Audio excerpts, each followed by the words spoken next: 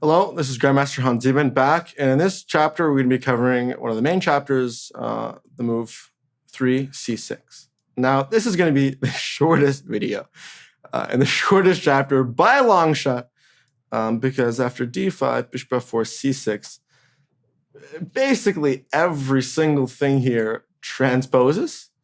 So after the move f3, let's see the transpositions. Bishop f5 transposes to 3, bishop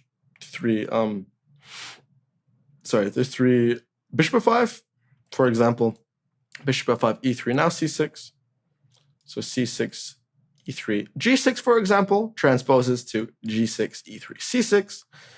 So the only other move within c6, e3 that we can consider is e6.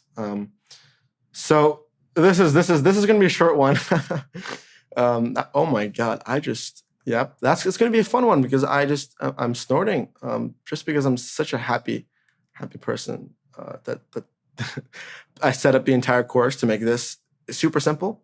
So here after e6, we're going to play a3, and we're going to shut down any bishop b4 ideas. We're going to take full advantage of our opponent's waste of time.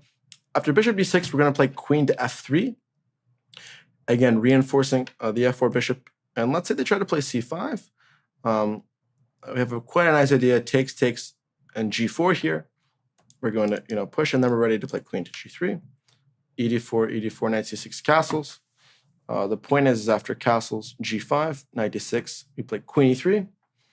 And we're just going to go for a very direct attack. I'll show a few more moves here, although I did end it. Let's say bishop d7, knight f3, rook c8, bishop d3.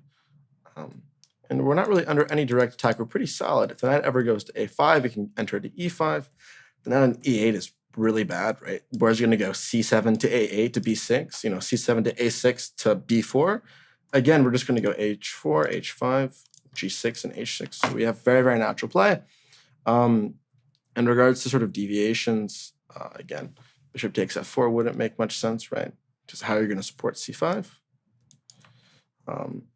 After c5 takes, g4, again, you could play perhaps knight c6 first, but then even knight b5, you could even castle first and transposing after takes, cd, ed.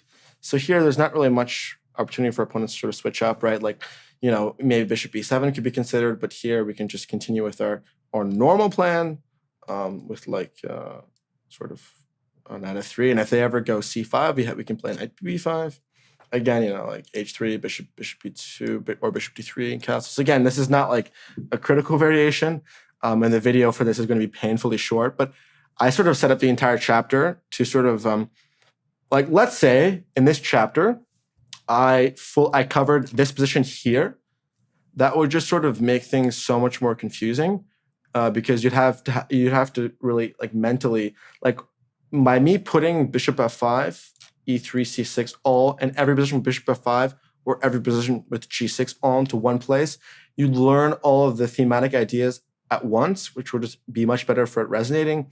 So the move c6, right? You don't need to pay much attention to this, only other to e6, which is just sort of an outlier. And then you play a3 and you play normal chess. You have the same developmental ideas, right? You just need to remember if they go bishop d6, it's important to play queen f3, to again keep control of the h2 b8 diagonal. And after c5, you take in g4, and you go for this idea, right? Again, the knight, might ask why not knight to d7. Same idea applies. Queen e3, knight f3, bishop d3, and all trains aboard. The steamroll train is leaving the station. So yeah, I guess this was never meant to be a huge chapter, probably a short video. But anyways, thank you guys for watching this video. Anyways, I hope you enjoyed this chapter, although it was short, but I'm sure it was sweet. Thankfully, this chapter was able to be condensed just because of all the transpositions that happened in the amazing Jobava London. So thanks for watching, and I'm looking forward to the next chapters.